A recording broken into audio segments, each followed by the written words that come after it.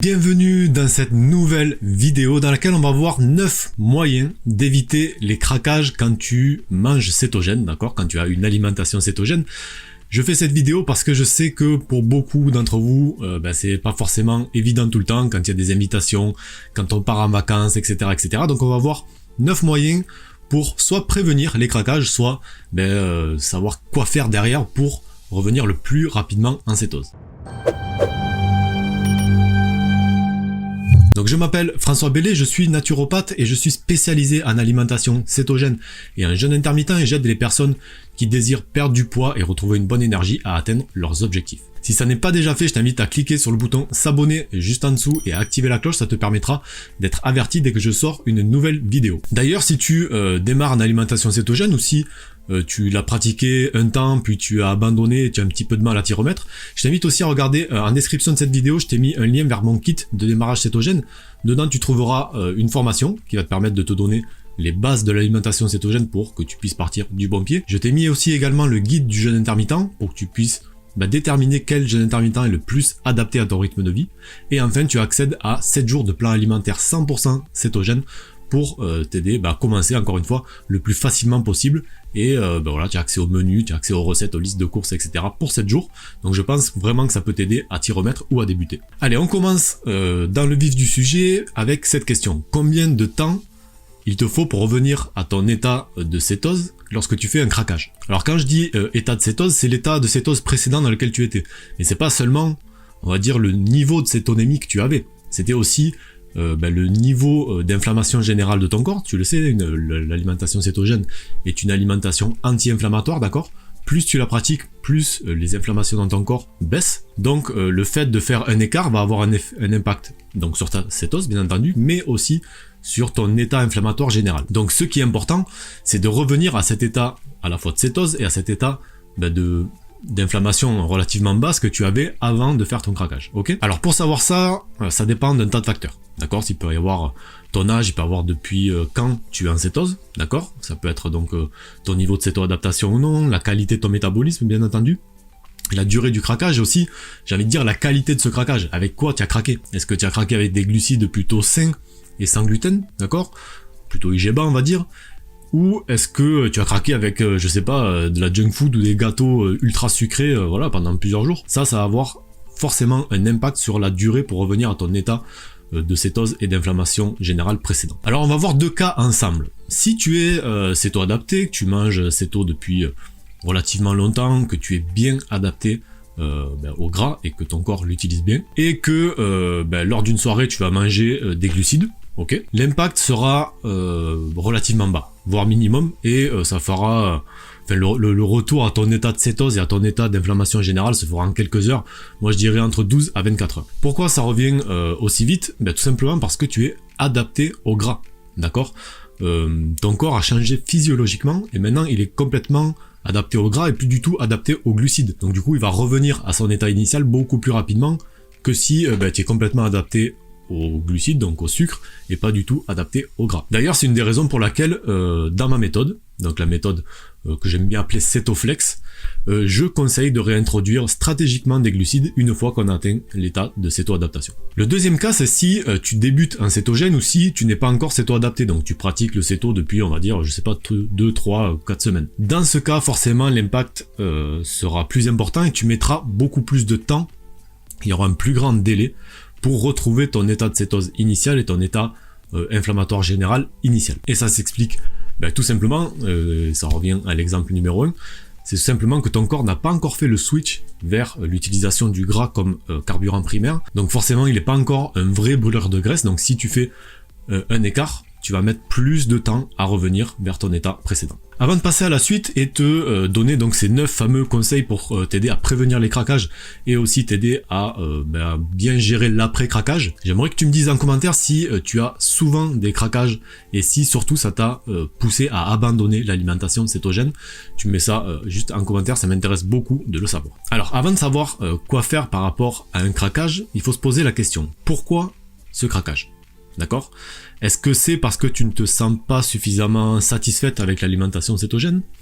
Est-ce que c'est parce que quand tu t'ennuies, tu as tendance à te jeter sur un petit peu n'importe quoi comme nourriture? Est-ce que c'est parce que tu étais en vacances? Est-ce que c'est parce que tu participais à un événement particulier, que ce soit un anniversaire, un mariage, peu importe? Et en fait, on va voir qu'en fonction de ces cas-là, tu vas avoir 9 moyens pour réduire les envies, d'accord, les envies de craquage, et surtout minimiser les effets de ces craquages. Alors les 5 premiers conseils que je vais te donner vont te permettre de réduire les risques de craquage. Le premier conseil, c'est de faire tout ton possible pour devenir céto-adapté. Alors pourquoi c'est très important? Plus tu vas adapter ton corps au gras, plus il va être capable d'utiliser ce carburant comme carburant primaire, moins tu vas avoir des envies de sucre. Donc ça c'est clairement le truc le plus intéressant pour ne pas avoir envie de se jeter sur tout et n'importe quoi, c'est juste de ne pas en avoir envie, d'accord? On voit souvent les personnes qui sont céto-adaptées vont avoir en fait plus des fringales de gras, d'accord, que des fringales de sucre, d'accord? Et c'est vraiment quelque chose de très important et c'est ta meilleure arme contre les craquages. Mon deuxième conseil, c'est de manger cétogène en apportant de la variété à tes repas pour en fait éviter la frustration en mangeant tout le temps la même chose. Il y a beaucoup de gens qui ont un petit peu tendance à se faire un petit peu toujours les mêmes repas et au bout d'un moment ça leur pèse un peu quoi, ils n'arrivent plus à manger certaines choses parce que si on mange tout le temps la même chose, obligatoirement on finit frustré. Donc moi ce que je t'invite c'est vraiment à t'intéresser aux diverses recettes qu'on trouve sur internet. Il y en a mais des tas et des tas, des super recettes. Tu vas sur Instagram, il y a tout un tas de comptes où tu pourras trouver des recettes. Tu vas sur mon Instagram de toute façon aussi tu pourras en trouver, donc je t'invite vraiment à aller y faire un tour. Je te mets d'ailleurs le lien, voilà, tu as le lien en description de toute façon. Donc ça c'est quelque chose de très important pour apporter de la variété tout simplement à ton alimentation. L'alimentation cétogène c'est une alimentation dans laquelle on se fait vraiment plaisir, c'est le cas de le dire, on peut se faire des plats extrêmement savoureux, etc. C'est pas du tout un régime ou quoi, où on mange des trucs sans saveur. Mais parfois, si on reste tout le temps sur les mêmes types de repas, ça peut manquer de variété et donc ça peut frustrer, mais c'est valable pour n'importe quel type d'alimentation. Donc vraiment, c'est important que de temps en temps, tu amènes des variations et que tu te fasses des recettes différentes en cherchant des aliments différents et que tu te mettre un petit peu à cuisiner cétogène, c'est très important, ok? Mon troisième conseil, c'est de temps en temps te faire soit des gâteaux, soit des cookies, soit des desserts cétogènes. Alors bien entendu, ça doit rester ponctuel, c'est pas à mon sens quelque chose qu'on doit manger tous les jours, d'accord? Mais encore une fois, pour combattre un éventuel sentiment de frustration qui pourrait t'amener à des craquages, c'est vraiment des armes idéales. Quand on a, moi pour te prendre mon exemple, quand j'ai commencé à manger céto, j'avais l'habitude avant de manger quelque chose de sucré devant la télé le soir quand je regardais une série ou un truc comme ça. Le fait de me faire des petits desserts cétogènes, des petits biscuits cétogènes, ça m'a permis de continuer cette petite habitude que j'avais et donc ça m'a permis de ne pas me sentir frustré, d'accord, de plus carrément la supprimer tout de suite et puis de me retrouver devant la télé le soir pour me détendre un petit peu et de me dire mince, j'ai envie de mon truc un petit peu, voilà, ma petite friandise. Mais je peux pas la manger et je sais que j'aurais tenu peut-être 1, 2, 3 jours, 4 jours, enfin voilà, un certain temps.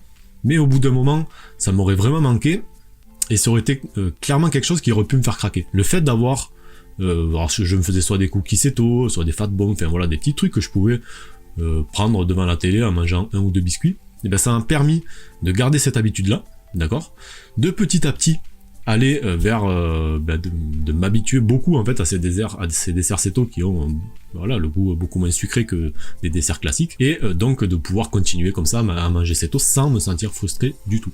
Donc après moi je le faisais tous les soirs parce que c'était mon habitude. Petit à petit j'ai commencé à espacer parce que clairement si tu vises la perte de poids, au bout d'un moment il faut arriver à se déshabituer de ce goût sucré, mais tu n'es pas obligé de le faire de manière de faire un truc soit tout soit rien, d'accord? Si tu fais ça, généralement tu te frustres et tu vas pas réussir à tenir. Se passer du goût sucré, ça se fait petit à petit à force que tu te céto-adaptes et à force que tu avances dans l'alimentation cétogène. Donc pareil, ça c'est quelque chose sur lequel il faut pas te mettre de barrière.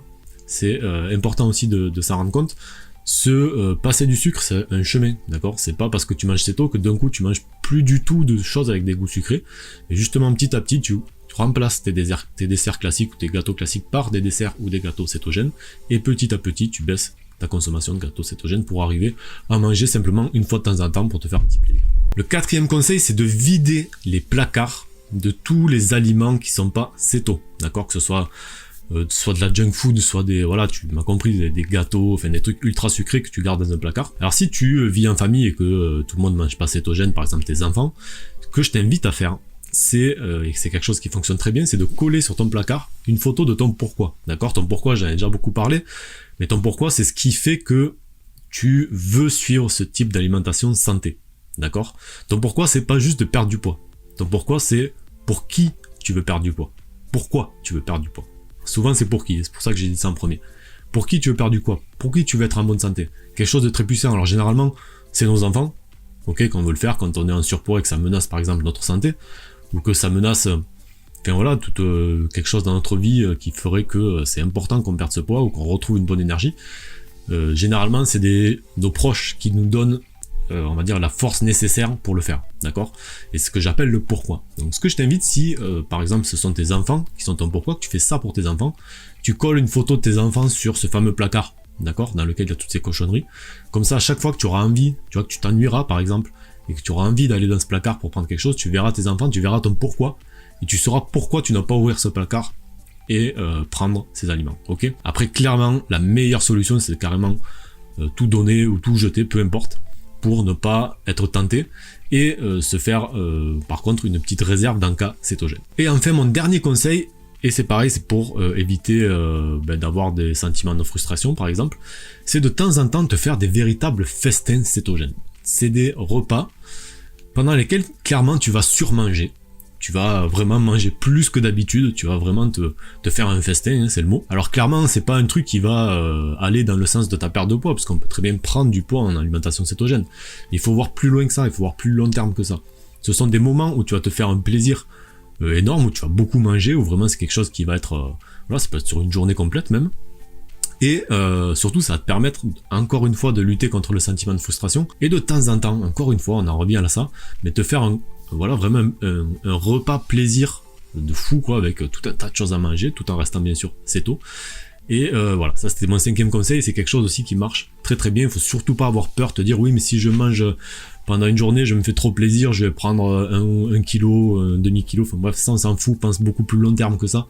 C'est parfois faire un petit pas de côté pour aller encore plus loin. Donc là, on a vu 5 conseils pour un petit peu prévenir les craquages, d'accord? Donc maintenant, je vais te donner mes 4 meilleurs conseils pour revenir le plus rapidement possible dans ton état de cétose et d'inflammation générale précédent, ok? Mon premier conseil, c'est de te pardonner rapidement, d'accord?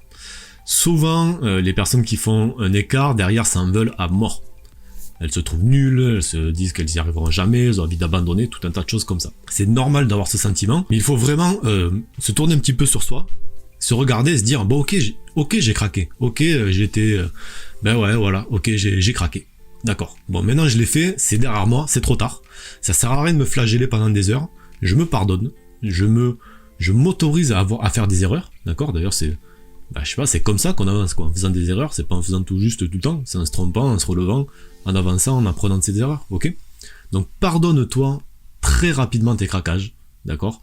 Et remonte le plus rapidement possible dans le bon trait, ok? Donc ça c'est mon premier conseil. Deuxième conseil, fais de l'exercice, d'accord? Le fait d'avoir fait ce craquage, tu as donc mangé du sucre, pas mal de glucides, etc. Donc tu auras re-rempli tous tes stocks de glycogène, que ce soit dans ton foie ou dans tes muscles, d'accord? Donc l'idée c'est de faire de l'exercice pour les vider le plus rapidement possible, ok?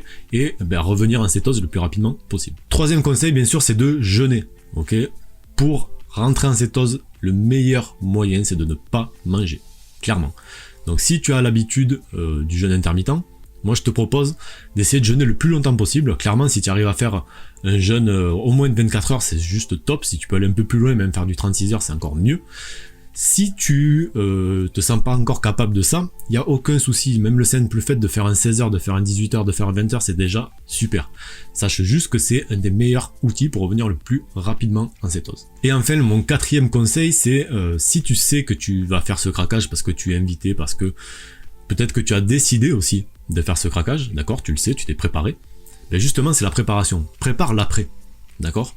Si tu es, par exemple, je sais pas, tu pars en week-end avec des amis et tu sais que, alors tu pars le samedi, le dimanche, mettons, et tu sais que le samedi, bon il va y avoir des apéros, tu vas manger des trucs forcément plein de glucides, etc., et que tu es ok avec ça, que tu t'es dit ok je vais le faire, pour le dimanche, prépare-toi des trucs céto à l'avance, d'accord, pour savoir, en fait, pour revenir le plus rapidement possible dans ton alimentation cétogène. Donc sois renseigné au maximum, par exemple si tu pars en week-end, essaie de te renseigner sur les différents restos qu'il y a autour de là où tu es pour ben, si vous vous refaites un resto par exemple le dimanche, te concentrer sur des trucs cétogènes, ok? Ça c'est vraiment un conseil important.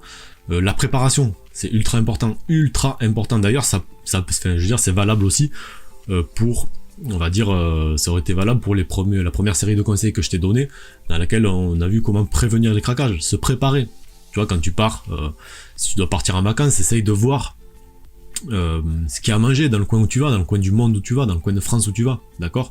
Est-ce que dans les restos, il y a possibilité de manger cétogène ou pas? D'accord, voilà, tout ça, ça se prépare et on essaie toujours de faire au mieux par rapport à ça.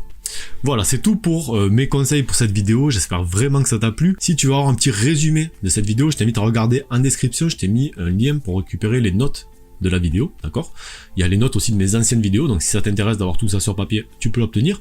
Et je t'invite aussi à regarder juste en dessous, en description, pour mon kit de démarrage, je t'en ai un petit peu parlé en début de vidéo. Dedans, tu retrouveras une formation complète sur l'alimentation cétogène qui va te donner toutes les bases. Tu auras également un plat alimentaire de 7 jours avec les recettes, les menus et les listes de courses pour commencer à manger céto sans avoir besoin de compter les macros, etc. pour bien démarrer. Et enfin, tu auras dedans mon guide du jeûne intermittent pour déterminer quel est pour toi le meilleur des jeûnes intermittents qui existent. Voilà, je te dis encore merci de m'avoir écouté, je te dis à très vite pour une nouvelle vidéo.